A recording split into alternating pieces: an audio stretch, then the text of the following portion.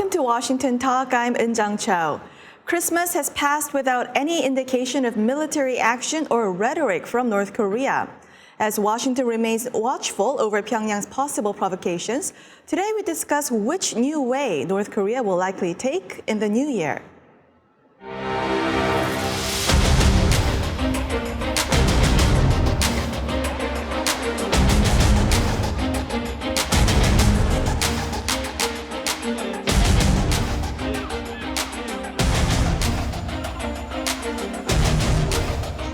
We'll find out what the surprise is, and we'll deal with it very successfully. Let's see what happens.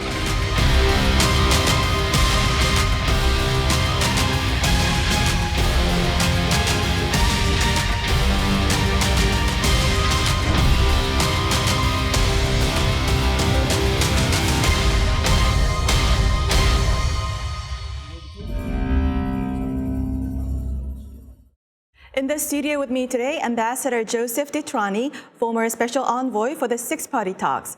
Ambassador DeTrani also served as the director of National Counter-Proliferation Center. Also joining me, Dr. Adam Mount, senior fellow at the Federation of American Scientists.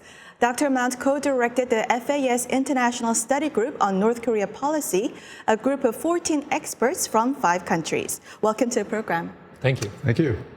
Now, Ambassador, North Korea had warned of a Christmas gift to the United States. Why do you think it ended up not delivering it to the United States? Well, one, I think that's a good sign. Hopefully the gift is not having a gift that people thought would be an ICBM launch or a nuclear test. I can't answer your question, but I'm pleased to at least sense that Kim Jong-un is thinking twice about passing ultimatums, issuing ultimatums to the United States that if we don't change our calculus by the end of the year, there'll be a Christmas gift. That's not how you do business. He's met with our president 3 times. We've been talking to him for 25 plus years.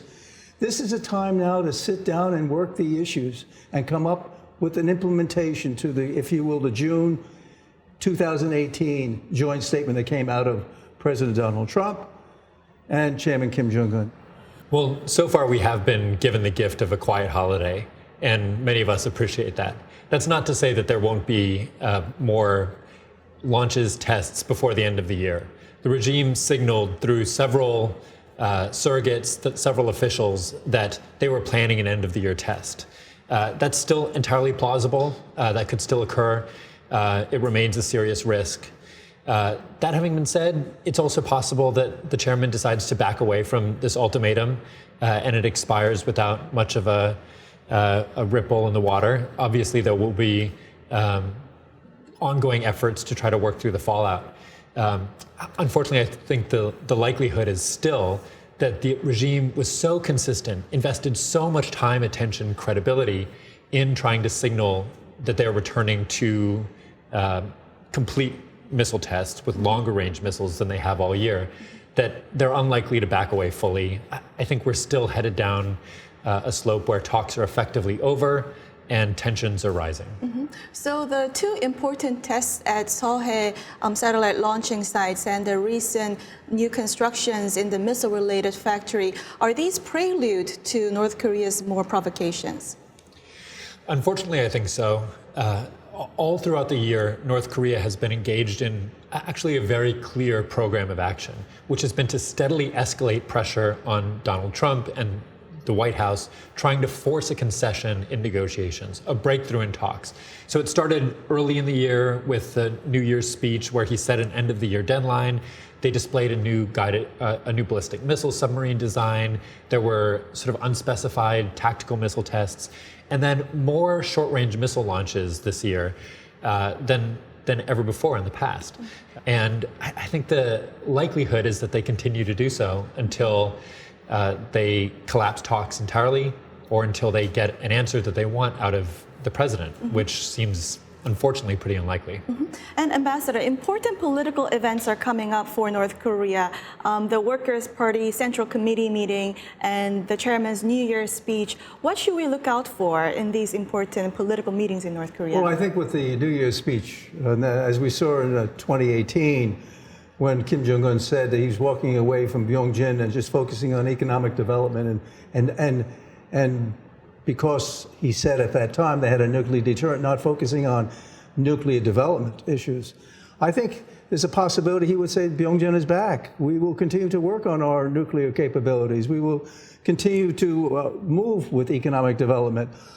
And the fact on the basically looking at the nuclear issue, I think the comment may be that he's not gotten the response from the United States that he expected, that he feels that the U.S. continues to have a hostile policy despite his good relationship with President Donald Trump. I think that would probably be the most negative of a New Year's speech, saying we're going back to economic development and nuclear development at the same time. We'll do both until we get an agreement with the United States.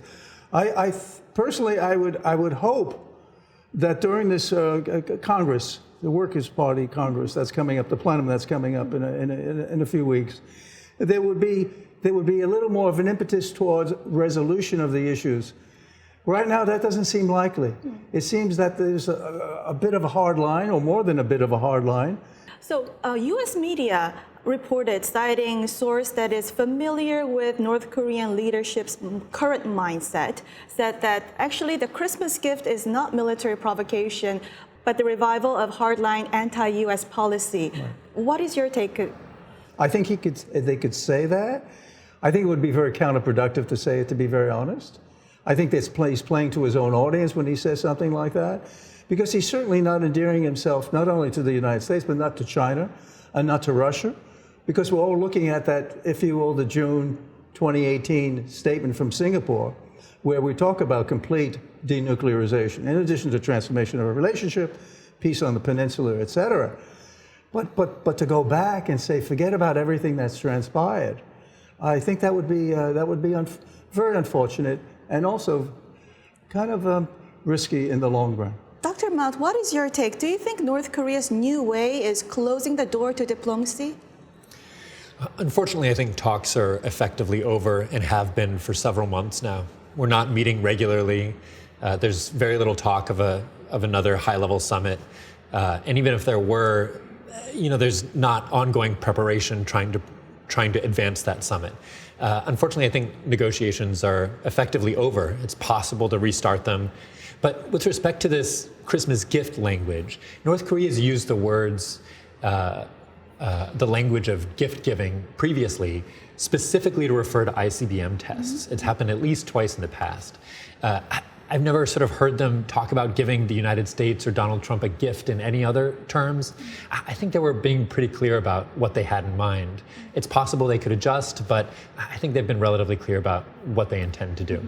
So, Ambassador, if North Korea launches more provocations and come up with more hardline policy, the first fallback for the United States would be to strengthen sanctions on North Korea. Absolutely. But this sanctions and diplomacy, these two tools, isn't this what the previous 4 presidents have used already on North Korea? That's correct. I mean, there's no question about it. Is it still useful? Well, sanctions are useful. Sanctions are binding. There's no question that North Korea is being affected by sanctions. I think that's why North Korea, during the Hanoi summit, came in and said they want the sanctions lifted, because they are binding. The fact is, that's to be negotiated. I think our lead representative, Steve Biegun, has indicated flexibility on that issue. As we see some progress on denuclearization, we could look at sanctions and possibly lifting those sanctions that touch humanitarian issues. So yes, sanctions, but also joint military exercises with the Republic of Korea. I think when we go back to 2017, it was indeed those exercises got the attention of Kim Jong-un. I think we would not want to see, but there's a likelihood we would see a resumption of these intensified joint military exercises, possibly to include the introduction of strategic assets. And that's not where we want to be. We don't want to be going back to 2017. I think the real risk here is that this president and this administration don't really have a middle way between fire and fury and actively excusing and covering for North Korea's missile tests. There has to be a middle road here, because the challenge has changed. Like it or not, North Korea has nuclear weapons. So the challenge we're faced with now is, how do we manage and shape the transformation of North Korea, working closely with our allies over the long run? Because there's not going to be an immaculate deal that eliminates all their nuclear weapons in the very near term. We're going to be living with this challenge for a while. This is election year, and what do you think would be the pressure from the Democrats on the Trump administration regarding the changing the course on the North Korea policy? That's a great question. And we've just seen a number of senior Democratic legislators send a letter to the administration urging them not to fall back into this fire and fury tactic. I think that's the right way to think about it. I think that's the right message to send. I hope it doesn't fall on deaf ears. Ambassador, what do you think would be the Republican position on North Korea policy in the new year? Well, I think the policy would be supporting the president. The president has invested heavily in a relationship with Kim Jong-un in resolving this issue. So I think there would be support for the president. But it would not be acquiescing to threats coming out of Pyongyang, these ultimatums coming out saying we have to change our calculus. I think the pressure would be, let's see if North Korea is prepared to come back to negotiations, which they've not been able to do. I mean, we've only had one working level meeting, and that was, that was in Stockholm, which was very unfortunate, 8.5 hours, and we got nothing from the North Korean side. And they didn't discuss denuclearization. I think we have to keep this in mind. The core issue here is complete verifiable denuclearization of the Korean Peninsula. There are no nuclear weapons in South Korea, so we're talking about North Korea. So we're at the end of the year. So looking back the past 18 months since the Singapore summit, what do you think should have been done differently? We're not seeing any big progress so far. I think what possibly could have been done, certainly on the part of North Korea, was to come back to negotiations. The president meeting even in the DMZ, making it very clear to Kim Jong-un, look, I expect your negotiators to be meeting with my negotiators to work on these issues here. So I'm not going to give you much more face time, much more credibility, unless we have actual working level meetings going on this. So in retrospect, I think we should have nailed down the denuclearization, because we know what we mean by denuclearization. We've had the joint statement September 2005, which speaks clearly to complete verifiable, dismantle all nuclear weapons and nuclear weapons facilities. North Korea knows that, but we need to hear them say that. We need to sort of memorialize that. So I think that was one of the issues we could have done right up, and we could have insisted, I'm not saying, this is all hindsight, we could have insisted that, look, now there needs to be at least 1, 2, 3, 4 working level meetings to accomplish certain goals with some sort of a timeline and a roadmap.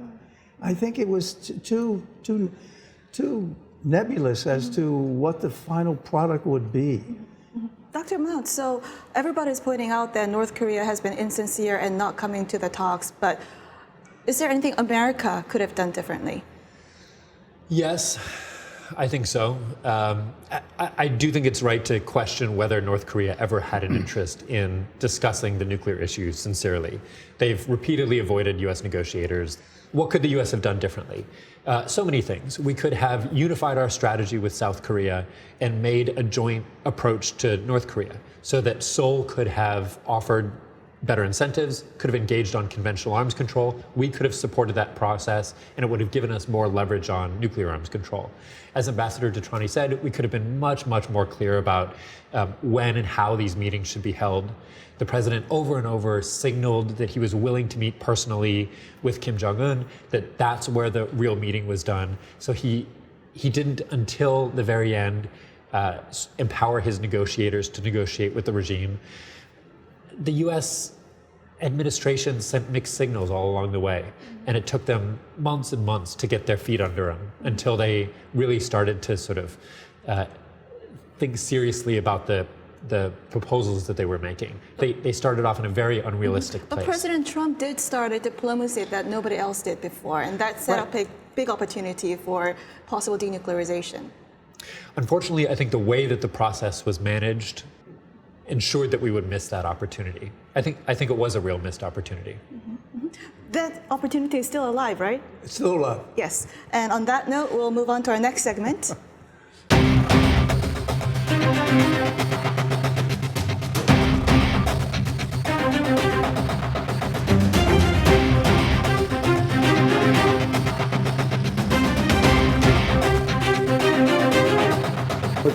是三方的共同目标。我们一致认为，对话协商是解决半岛问题唯一有效的。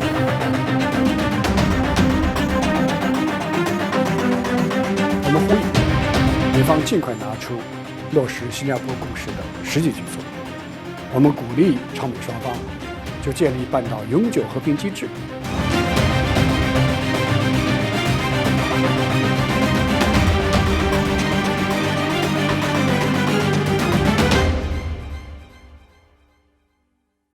Amid a deadlock in nuclear negotiations, leaders of South Korea and Japan traveled to China and met with top Chinese officials.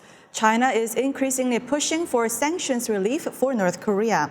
Now, Dr. Mount, China reasserting itself in this nuclear diplomacy, is this a help or hindrance to America? I do think that it was remarkable just how vocal the Russians and the Chinese were about pushing for sanctions relief. So far, that's a relatively new posture for them. China has been the perpetual hope and wish of Washington. If only China would sort of help us with the North Korea challenge. Unfortunately, we haven't taken the steps required to really sort of put us on the same page in that regard. There have been innumerable efforts. We've tried year after year after year, and it just hasn't panned out. We can't put all our eggs in the Chinese basket. We can't trust that they will help us with North Korea, unfortunately.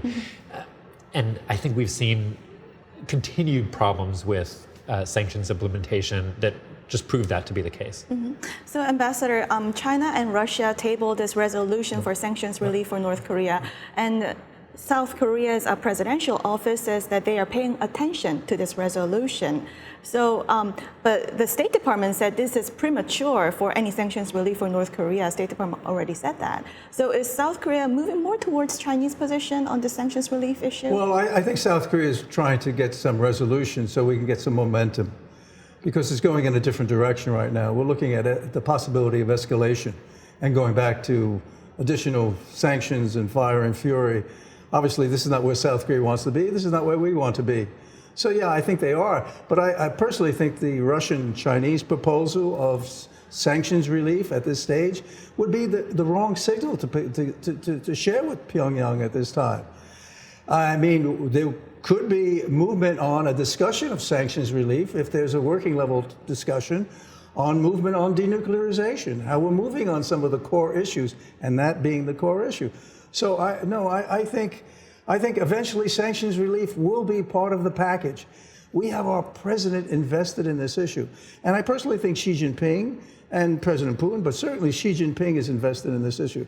So I would think there's a bit of pressure on Kim Jong-un to show a little more flexibility on his part to move forward, at least have some working level negotiations to see if we can get some progress on issues like sanctions relief.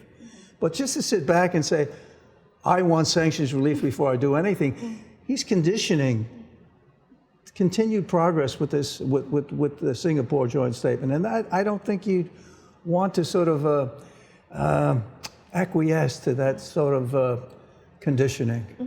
And Dr. Mount, since the nuclear negotiations are in a stalemate, do you think China will play a bigger role in the new year?